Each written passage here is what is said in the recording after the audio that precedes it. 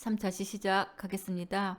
여러분들 이번 주는 이런 생명추상과 이 그래피트 아트에 대한 것들을 다 알아보는 시간이고요. 1차시, 2차시 이런 생명추상에 대한 화가들 중심으로 한 4명의 화가들을 미국에서 활동을 하고 있는 작가 중심으로 했고요. 3차시에는 이런 그 그래피트 아트라는 여러분들이 많이 들어봤을 겁니다. 그래서 이런 낙서 비슷한 그런 것들로 유명한 화가들이 있어요. 그래서 그런 화가들 중심으로 해서 알아보는 시간을 갖도록 하겠습니다. 이 그래피트 아트. 그래서 이 그래피트 아트가 뭔가 그 얘기입니다. 이 어는 긁다, 긁어서, 새기다, 갈겨 쓰다, 라는 이런 이탈리어에서 옵니다. 그래서 표현되고는 이런 그 분무기, 에어로졸 스프레이, 이 에어로졸 스프레이를 이렇게 막 우리 스프레이 같은 걸로 그려가지고 막 낙서도 그리고 막 그리면 하잖아요. 그런 것들도 뜻합니다. 표현 도구가 이런 분무기 있잖아요. 그래서 이거를 에어로졸 스프레이라고 얘기를 하죠. 그래서 낙서 같은 문자나 그림들. 그래서 어디 그 홍대 앞이나 어디 가면 막 이렇게 스프레이 같은 걸로 글씨를 쓰고 막 이렇게 그림도 그리고 하잖아요. 그런 얘기를 얘기합니다. 그래서 유럽에서는 거리 예술로 자리를 잡고요. 대표적인 작가는 이 바스키아, 그 다음에 키스 헤링, 뱅크시, 요 세 사람으로 뽑고 있습니다. 물론 그 외에도 많이 있죠. 하지만 우리 이번 3차시 수업에는 요 세 사람으로 주목을 했습니다. 기호는 이 고대의 동굴의 벽화나 이집트 유적에서 볼 수 있는 이 낙서에 가까운 그림입니다. 그래서 1960년대 말 뉴욕 브로크스 거리에 낙서가 범람하면서부터 인정받기 시작을 했대요. 그래서 청소년 흑인, 그 부에르토리코인들과 같은 이 소수 민족들이 주도였고요. 분무 페인트로 극채색과 격렬한 그런 에너지를 지닌 속도감 있고 도안화된 그런 문자. 그 다음에 즉흥적. 그 다음에 충동적이면서도 장난스럽고 상상력이 넘치나 거리의 낙서로 되는 도시 문제. 장 미셸 바스키아, 키스 헤링 이런 현대 미술로 자리 잡습니다. 이 톰 폴리, 잭슨 플로 이게 낙서의 표현법에 관심을 가졌고요. 장디 뷔페 이 사람은 이 아웃사이더 아트로서 낙서의 의미에 주의를 기울이게 합니다. 우리나라는 이 1990년대 이 전후로 해서 등장을 합니다. 그래서 이 그리피스 이런 거를 가지고서 한 2000년대 초에는 이 논문도 많이 나왔었어요. 이런 것들을 예, 색을 분석을 하고 그림은 어떤 그림들을 많이 그리고 하는 한때 이런 것들이 유행도 한 적도 있었습니다. 이 바스키아입니다. 이 흑인이에요. 그래서 굉장히 이 사람이 또 그 획기적인 게 뭐냐면 흑인인데 이 화가로서도 굉장히 이 지금 성공한 사례고 획기적인 것들을 많이 발표를 했습니다. 이 사람은 그 줄리안 슈네벨이 만든 영화 바스키아에 따르면 이 바스키아는 이 피카소를 계기로 화가가 되기로 결심한대요. 어머니 손에 이끌려갔던 이런 뉴욕 현대 미술관에서 바스키아는 이 피카소의 게르니카를 처음으로 보게 되고 다른 많은 화가처럼 그의 작품에 매료되어서 화가의 길을 걷기 시작한대요. 이 작품을 보면서 나는 화가가 되겠습니다 하고 그런 꿈을 가졌다고 합니다. 장미셸 바스키아는 이 1960년에 태어났고요. 미국에서 태어난 화가고 아버지 아이티케, 어머니가 포르토리코계입니다. 그래서 1970년 뉴욕에서 그래비티 그룹 그 사모라는 그 일원으로 처음 이름을 날렸다고 해요. 이후 사이, 톰볼리, 장디 뷔페 등의 영향을 받았고요. 1980년대 신표현주의와 원초주의의 그런 세계적인 성공을 거뒀지만 헤로인 가다 복용으로 인해서 27세에 운명했다고 합니다. 이게 그러니까 마약 중독이죠. 어떻게 보면. 그죠? 그래서 바스키아의 작품은 암시적인 이분법, 부와 가난, 통합과 분리, 내면과 외면 이런 것들에 초점을 맞추어져 있습니다. 그래서 시와 그림의 전율을 통해서 이미지와 텍스트, 추상과 형체, 역사적 정보와 현대 비평을 긴밀히 결합시켰다. 그렇게 얘기합니다. 바스키아는 작품의 그 사회 비판적 메시지들을 담아가지고요. 개인에 대한 진실을 더욱 심오하게 하면서 사회에 뿌리박힌 그런 권력 구조와 인종차별주의를 공격하고자 했던 것입니다. 그래서 그의 시는 그 제국주의에 대한 비판과 계급 투쟁에 대한 지지를 매우 직접적으로 드러내고 있습니다. 현대 미술로 자리 잡게 한 주요 인물 중에 하나가 바로 이 장 미셸 바스키아입니다. 푸에르코 토리게의 어머니 영향으로 예술에 관심을 가지게 되었고요. 또 다른 한편으로는 그 어머니의 정신병과 함께 15살의 어린 나이로 집을 나와 거리 생활이 이제 시작이 되었다고 합니다. 그래서 그런 미술 교육을 받지 않았지만 놀라울 정도로 아주 뛰어난 예술적인 감각으로 마치 어린이가 그린 것처럼 어설퍼 보이는 그림에 자신의 메시지를 담아서 표현을 했다고 합니다.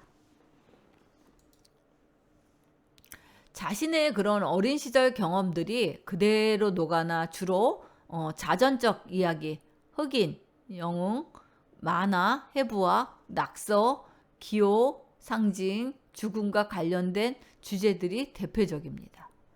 28세인 젊은 나이로 아다봉형으로 요조를 했지만 미국에서는 흑인으로 최초로 성공한 천재, 그래피티 작가로 80년대의 제임스 딤 또는 검은 피카소라고도 불리기도 했습니다. 그의 그림은 마음의 정화, 실패한 종교, 엉터리 정치, 종교, 민족주의 등 사회에서 보내는 거침없는 메시지들을 담고 있습니다. 즉, 이 장 미셸 바스키아의 이런 빛과 그림자에 대한 얘기. 이거는 1982년에 한 건데요. 바스키아는 이런 팝아트 계열의 자유구성 화가입니다. 그래서 낙서를 예술로 승화시켰다. 그렇게 보면 됐습니다. 이거는 바스키아를 팝아트 계열의 천재적인 자유구성 화가로 부르기도 되는데요.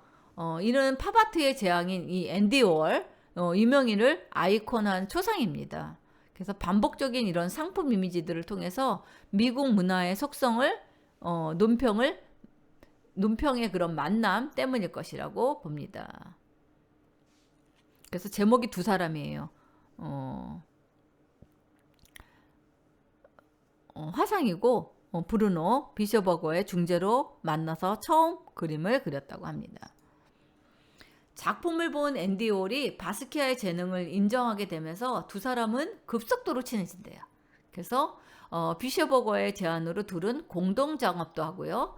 1960년대 이후에는 판화에 이런 실크 스크린 프로세스를 주로 사용했던 이 앤디 홀이 바스키아의 공동 작업을 위해서 20여 년 만에 회화 작품, 즉 다시 붓을 들었다고 하니 두 사람 간의 친분이 어느 정도 굉장히 친했다는 것을 알 수 있겠죠. 그래서 1984년 바스키아는 앤디 홀의 클레멘터 등과 함께 공동 작업을 해서 이렇게 전시를 했다고 합니다. 이거는 실린드론이에요. 그래서 서로 어울리지 않는다는 비판. 그래서 아마 이렇게 그림을 그린 것 같습니다. 그래서 이게 하나는 앤디 홀이고 하나는 누구예요? 바스키아죠. 그래서 이 두 사람들이 서로 어울리지 않는다는 이런 비판, 이런 것들을 이렇게 그림으로 표현을 했습니다.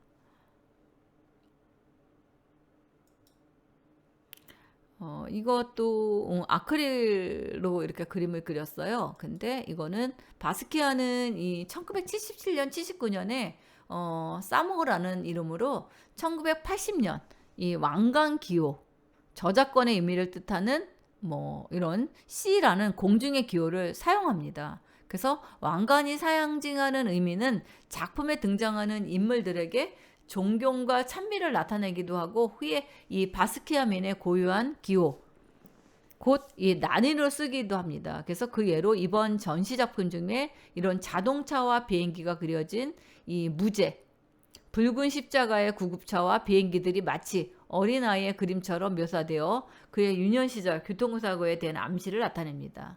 그래서 그의 고향인 이 브루클린에 대한 이 라구에다 공항과 케네디 국제공항에서 착륙을 암시하는 이 비행기 역시 단순하게 표현됐고요. AA라는 반복적인 이니셜은 구급차의 사이렌 소리와 바스키아의 첫 번째 영웅인 흑인 야구 선수 행크 아론의 성 A 글자를 포함을 시켰다고 합니다.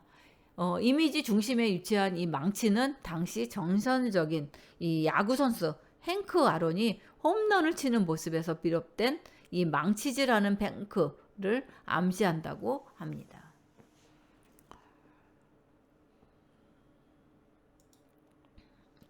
이거는 지금 7살 때 교통사고로 그래서 비장을 떼어내는 수술을 받았대요. 그래서 어머니가 이런 해부학 책을 사다 줘서 그때부터 이런 해부학에 심취해서 이런 해부학 관련 책도 읽으면서 영감을 얻었다고 합니다. 이 그림은 이번 당시 느꼈던 고통, 두려움과 함께 책으로부터 영감을 얻어 그렸다 하는 작품입니다. 이것도 그렇죠. 이거는 비극과 유머로 공존한 화풍입니다. 그래서 바스키아는 거리에 거칠고 지저분한 그런 낙서로 시작을 하고요. 검은 피카소, 미국의 고어로 불리며 천재 예술가의 반열에 올랐습니다. 그가 작품 소재로 삼았던 건 주로 그 자신의 인종인 그 뿌리와 인생의 경험에서 나온 것들이었고요. 아프리카인이라는 이런 유전적 뿌리, 흑인을 겨냥한 인종차별, 자유를 갈망하는 기질, 뜻밖의 성공으로 인한 그런 불안과 갈등, 1980년대 미국의 자본주의 세대는 그 모두 작품의 소재가 되었다고 합니다.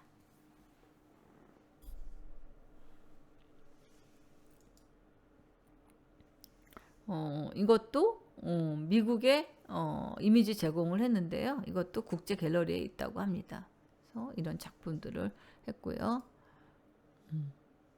이거는 바스키아를 떠올리게 하는 것 중에 하나가 바로 그 트레이드 마크인 이 해골이에요. 이제 여기서부터 이제 보이기 시작하죠.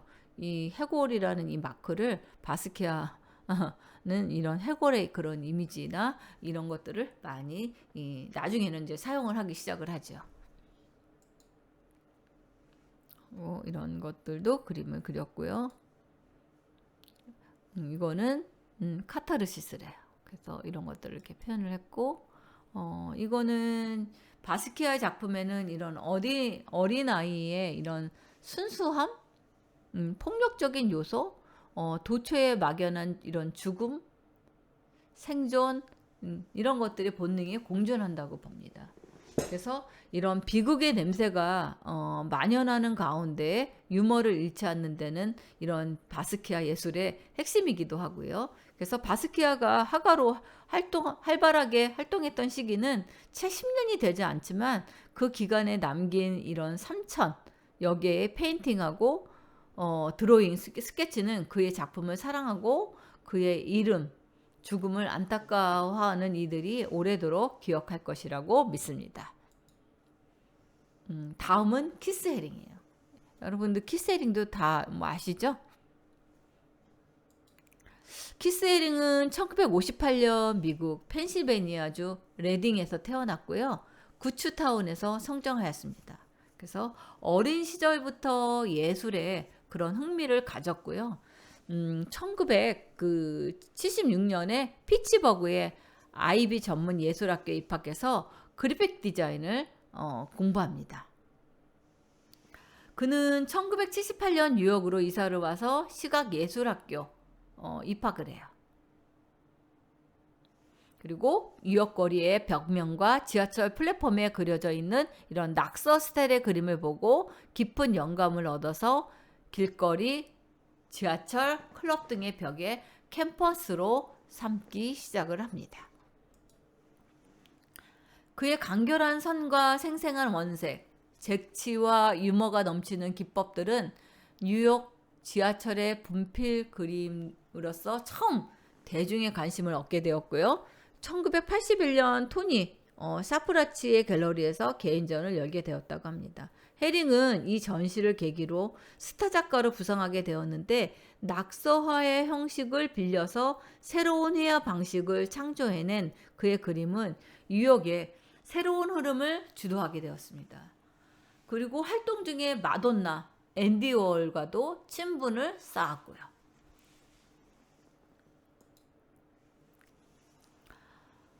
키스 앨런 헤링은 1980년대 뉴욕의 거리 문화에 영향을 받은 미국의 미술가이자 사회운동가였던 거죠.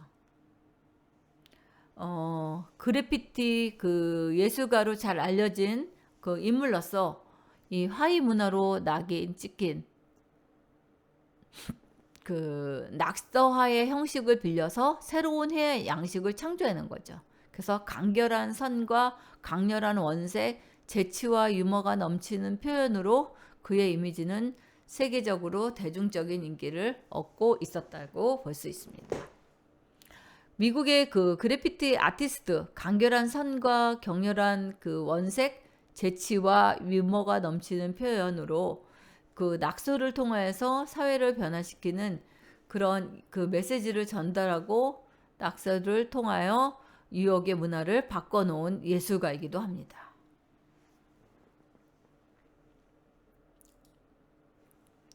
헤링은 다른 낙서 화가들과는 다르게 자신의 작품을 거리의 지하철에서 벗어나 티셔츠나 장난감, 그리고 공익 광고나 포스터, 벽화 이런 것들을 제작해서 팔았어요.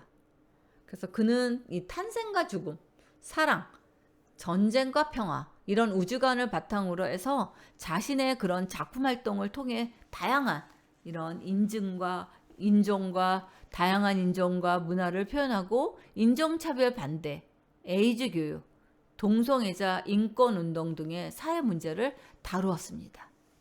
그래서 이런 상위 예술과 하위 예술 간의 장벽을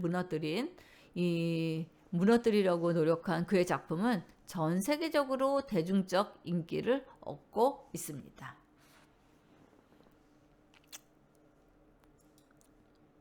이게 헤링의 회상에 대한 작품입니다.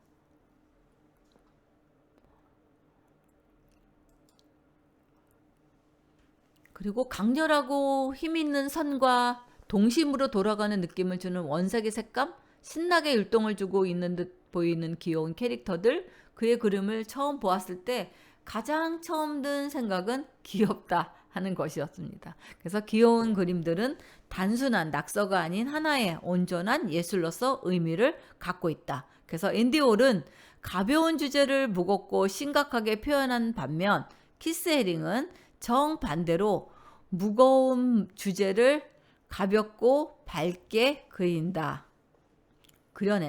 뭐 그렇게 얘기를 합니다.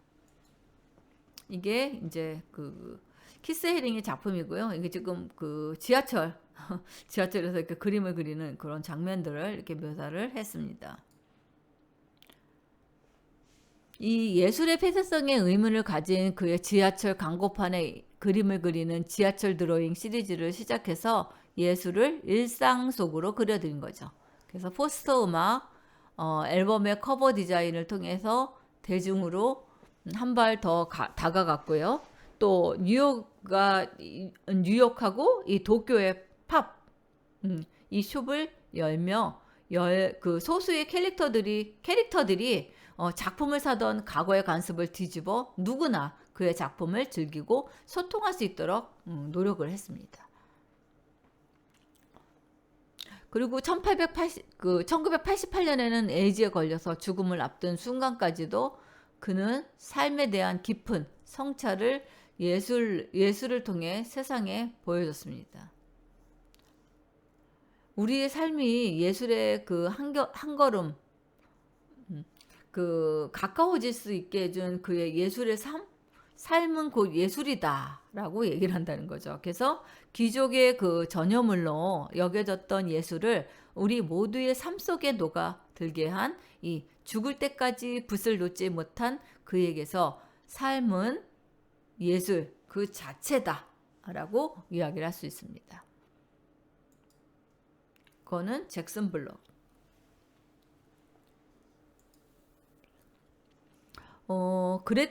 그래피티 용어들이 나오는데요. 버밍이라는 게 있어요. 버밍은 허가받지 않는 장소에 그리는 그림을 우리는 버밍이라고 해요. 그리고 스로업이라고 하는 게 있어요. 스로업은 이 헷갈리기 듯한 헷갈리듯이 빠르게 쓴 면으로 된 그림입니다. 그래서 빠른 시일 내에 그려내다 보니 직선보다는 곡선이 많이 쓰이게 되고 그로 인해서 정리되고 발달되어 하나의 장르로 정리된 것이 버블이라고 불리는 것이라고 합니다. 그래서 그렇게 해서 스로업이라는 말을 쓰고요. 뮤랄은 벽에 그린 그림으로 완성된 그림입니다. 그게 뮤랄이라고 얘기를 합니다. 그래서 그래피티 용어는 뭐 이렇게 좀 불려지기도 해요. 다음은 이 세 번째 하가 로빈 뱅크시입니다. 영국 출신으로 이 스텐실 그라피티를 통해서 권력을 조롱하고 일상 권력의 편견과 독단을 냉소적으로 비꼽니다. 그의 그라피티에는 현실 속의 도살인 정치 권력, 엄숙주의, 상업주의에 대한 이 반기와 저항이 묻어납니다. 이거는 아트 테러리스트 뱅크시가 그래피티로 세상에 저항하다 하는 이런 작품을 이렇게 그렸습니다.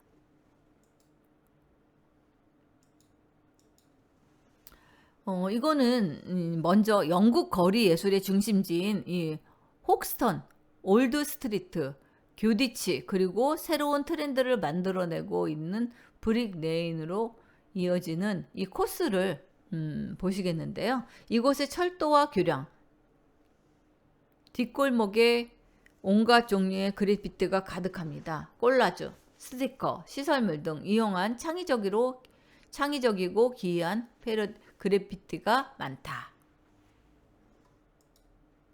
그리고 여기를 이렇게 얘기합니다. 이거는 시티로드 옆 올리버드 야드에서 만날 수 있는 작품이라고 합니다. 이것도 뱅크시의 책과 웹사이트에 소개되었는데요. 2005년에 완성되었는데 현재는 다소 흐릿한 상태. 쥐를 이와 같은 방식으로 표현한 작품. 이 지역에서 이것이 유일하다고 합니다. 그래서 인도 주변의 초록색 이끼가 작품의 멋스러움을 더해줍니다. 잘 그렸어요. 이렇게 쥐가 되게 크죠? 이런 골목에 쥐가 굉장히 큽니다. 좀 잘 나왔으면 더 좀 선명하게 보냈을 텐데 그래도 잘 보이시죠? 쥐라는 이 형식이. 예. 다음은 이 세인트 존스 스트리트와 컴퓨턴 스트리트 옆에 액턴 스트리트에 위치하던 작품이라고 합니다. 이거는 쓰레기 처리장이라고 적힌 글자들에 매달려 있는 모습의 그런 쥐의 모습이 귀엽죠? 쥐가 매달려 있습니다. 지금 이 쓰레기 처리장이라고 하는데 철제 문 위에 그려져 있죠? 이렇게 쥐가 이렇게 그려져 있습니다. 이거는 뭘까요? 2007년 11월쯤 작품이 사라졌다.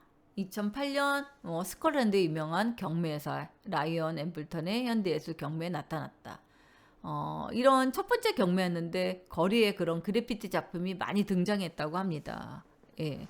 그래서 뱅크시의 작품 또한 많은 경매에 붙여졌는데 이 뱅크시 또한 뱅크시에 관련된 기관으로부터 감정을 받고 경매에 내놓는다는 이런 된다는 허락을 받지 않아서 눈총을 샀다고 합니다. 작품들은 모두 뱅크시와는 아무런 관련이 없는 제3자의 범인이라는 회사의 감정을 받았다는 거죠. 그래서 책의 저자 마틴 불은 이 경매 과정에서 자신의 책을 인용하기까지 했다는 이야기를 듣고 라이온 앤 덤벌 측에 서면 항의를 했지만 그들은 무시를 당했다고 합니다.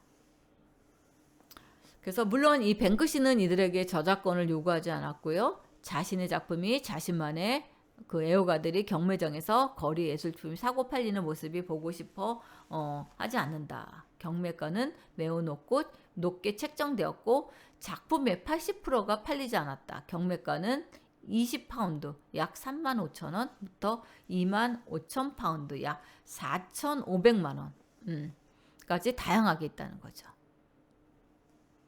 그 웹사이트는 뱅크러버 갤러리라는 범인이 직접 보증한 작품들을 파는 유일한 곳이라고도 합니다.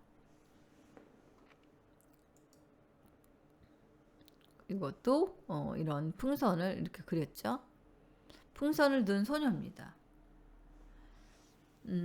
이거는 뉴 노스로드와 웬번 스트리트 부근의 주택가에서 발견된 작품이고요. 뱅크시의 웹사이트에도 소개된대요. 그래서 누군가 풍선에 색을 입혔다.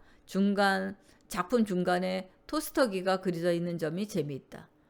2007년 3월에 지역 건물들을 보수하면서 벽에 새로 페인트 칠을 하는 바람에 작품 전체가 없어질 뻔했다. 동일한 작품이 런던 곳곳에서 눈에 띄었던 시기였기 때문에. 그래서 사우디 뱅크의 어털로 스트리트, 볼링, 그린워크, 프로보스트 스트리트, 크러크렐의 세인트 존 스트리트 뭐 이런 것들이 굉장히 많았다는 거죠. 그 풍선을 든 소녀는 여성 팬들이 가장 좋아하는 이 뱅크시의 작품으로 꼽히는데 작품의 의미를 놓고는 의견이 불문합니다. 소녀는 풍선을 잡으려 하는 것일까? 풍선을 찾아보면 의외로 의미가 간단합니다. 책의 작품 내용에는 떠나야 할 때는 호들갑을 떨지 말며 그저 조용히 떠나라. 그리고 픽처스 온 월스라는 단체가 이 작품을 판매한 적이 있는데 그때 작품 설명에는 뱅크시는 외동 아들이었지만 한 번도 어머니의 사랑을 독차지한 적이 없다라고 쓰여 있었다고 합니다. 이것은 카펫 아래를 쓰고 있는 이 혹스턴 모텔의 청소부입니다. 그래서 이렇게 이게 지금 벽인데 이렇게 그림을 그렸죠. 이것도 매달고 있네요. 사람이 이렇게 매달고 있는 장면을 그림으로 그렸습니다.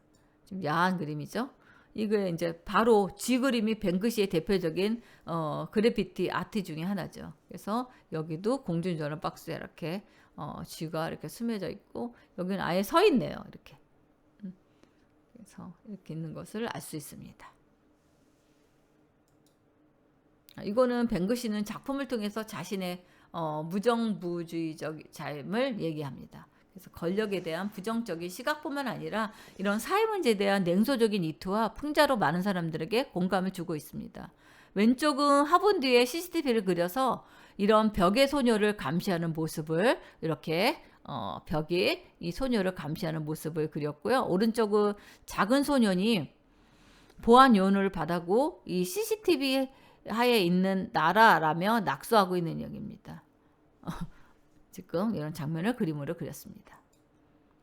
영국 국기를 재봉하고 있는 소녀를 표현한 작품이에요. 지금 이 재봉틀로 영국 국기를 막 이렇게 합니다. 떨어진 국기를 위트 있게 표현한 작품이지만 한편으로는 제3국 아이들의 강제 노동 착취에 대한 이야기를 담고 있는 심오한 낙서입니다.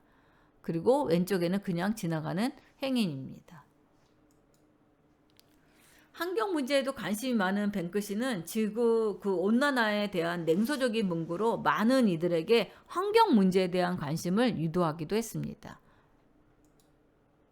뱅크시의 작품은 이런 전쟁과 권위주의, 환경 문제, 그리고 자본주의를 비판하고 풍자하는 내용이 많습니다. 그래서 영국의 대형 마트인 이 테스코의 쇼핑 봉투를 국기 삼아 예를 갖추고 있는 아이들의 모습으로 현재 영국인들을 풍자해서 이렇게 표현을 했습니다.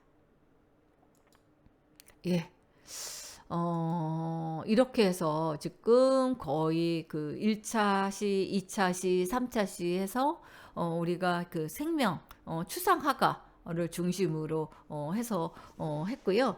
또 세 번째 시간에는 이런 거리의 그 낙서로 유명한 그런 화가들 중심으로 해서 그래피티 아트라는 그래피티 아트라는 말도 여러분들은 생소할 수도 있어요. 그래서 그런 근데 키스 헤링이나 그런 사람들은 그걸로 해서 굉장히 유명을 해졌거든요.